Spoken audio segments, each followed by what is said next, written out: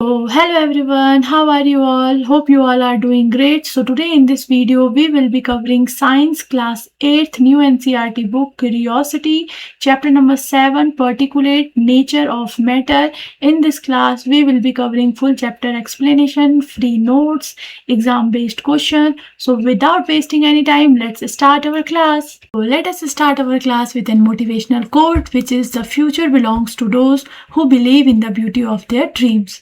So this class will be bilingual. I will explain both in Hindi as well as in English. So our chapter number 7 is particulate nature of matter. Okay, now let us discuss our first topic, which is matter. Now what is matter?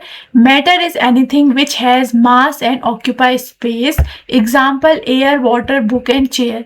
यानी कि matter क्या है? Anything. यानी कि कोई भी चीज जिसके पास मास है यानी कुछ वेट है और कुछ जगह ऑक्यूपाई करती है उसे बोला जाता है मैटर। जैसे कि हवा, हवा क्या है? स्पेस ऑक्यूपाई करती है, मास ऑक्यूपाई करती है। एग्जाम्पल आपने क्या है, बहुत सारी गैसेस, बलून के अंदर गैसेस हैं, आपके एलपीजी सिलेंडर के अंदर गैसेस हैं, तो हर एक गैस क्या है, एक मास और स्पेस को ऑक्यूपाई करती है। एग्जाम्पल वाटर है ना, वाटर 1 लीटर 2 लीटर, यानी वो भी क्या है, उसका भी एक मास है और बॉटल में स्पेस ऑक्यूपाई करती है। बुक हो गई, चेयर हो गई, तो ये सारे एग्जाम्पल किसके हैं? मैटर के। Now matter is made up of tiny particles, यानी कि मैटर क्या है, बहुत ही ज्यादा छोटे पार्टिकल्स से बना हुआ है। यानी कि all matter are made up of very small particles. Yes, these particles are so that we can not see it with our naked eyes, यानी कि इतने स्मॉल है कि हम अपनी नेक्ड आईज से क्या है, उसको नहीं देख सकते हैं। यानी कि we need a microscope to see the particles present in matter.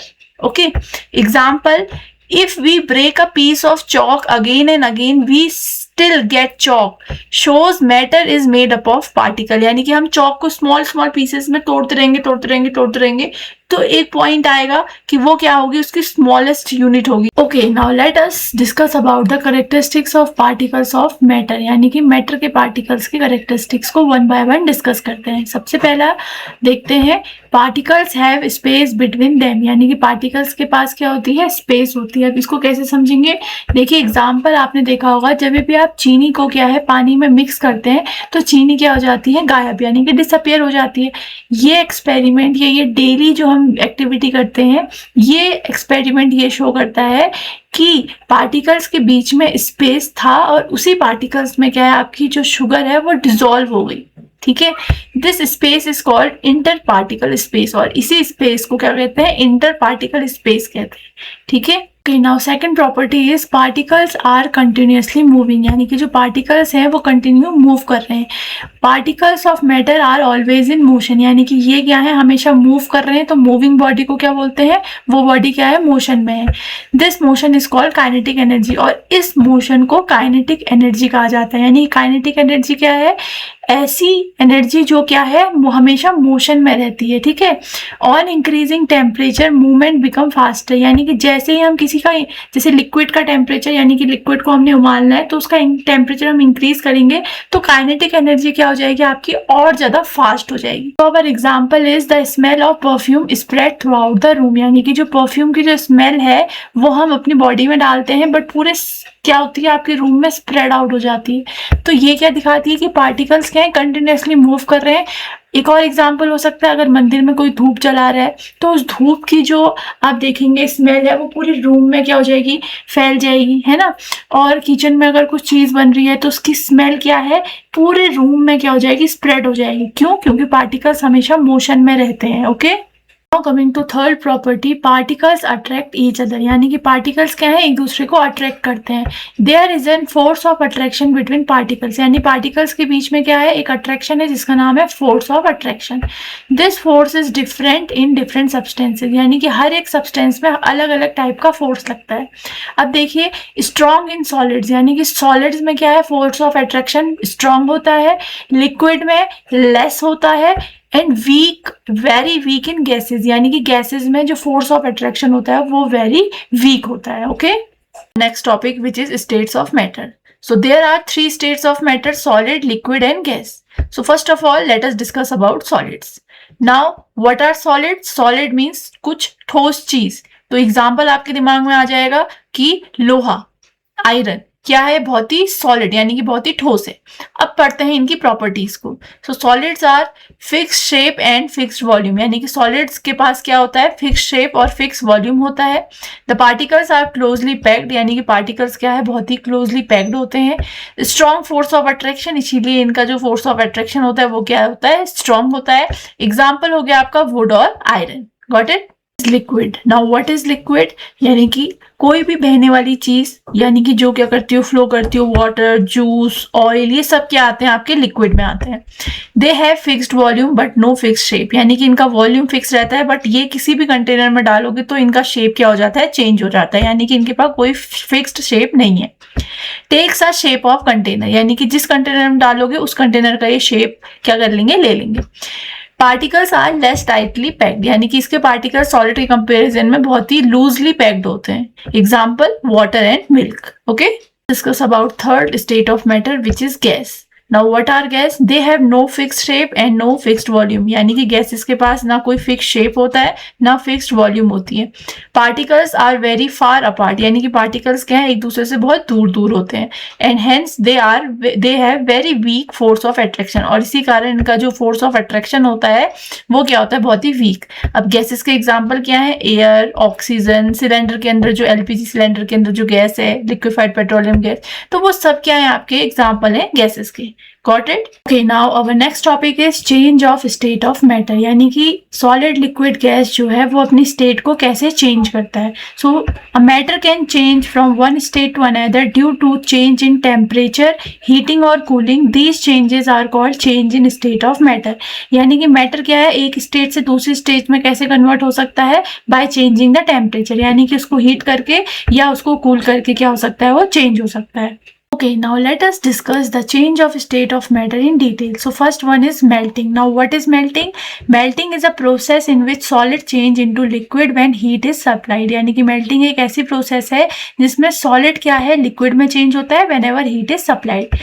When a solid is heated, यानी कि जब क्या है, solid heat, यानी कि किसी सॉलिड को हमें हीट करना है, इट्स पार्टिकल गेन एनर्जी, यानी कि उसके जो पार्टिकल्स होते हैं मैटर के अंदर वो क्या है, एनर्जी गेन करने लग जाते हैं, और एनर्जी मिलते ही स्टार्ट मूविंग फास्टर, यानी कि तेजी से क्या है, फास्टली मूव करने लग जाते हैं।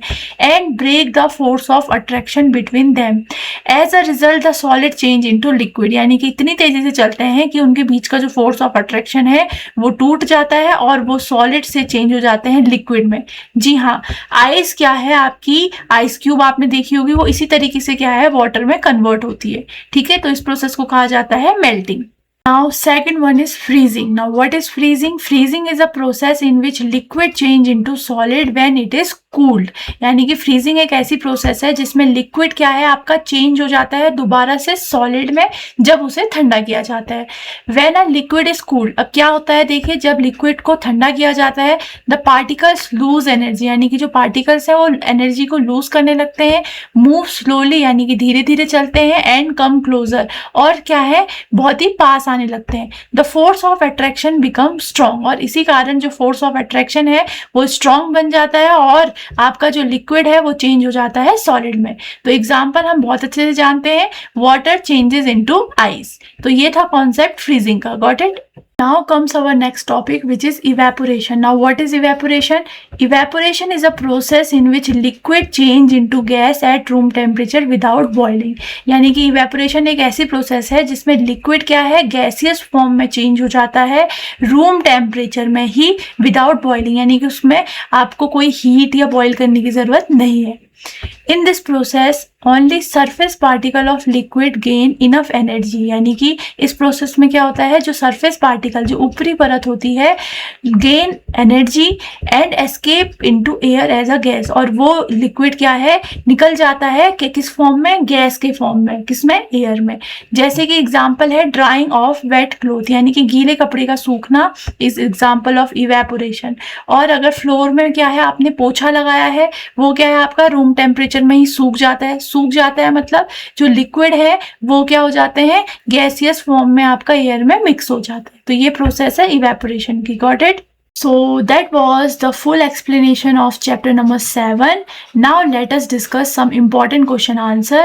The first question is, what are the characteristics of particles of matter? तो particles के 3 main properties को आप लिख लेंगे. Particles have space between them, particles are always moving and particles attract each other.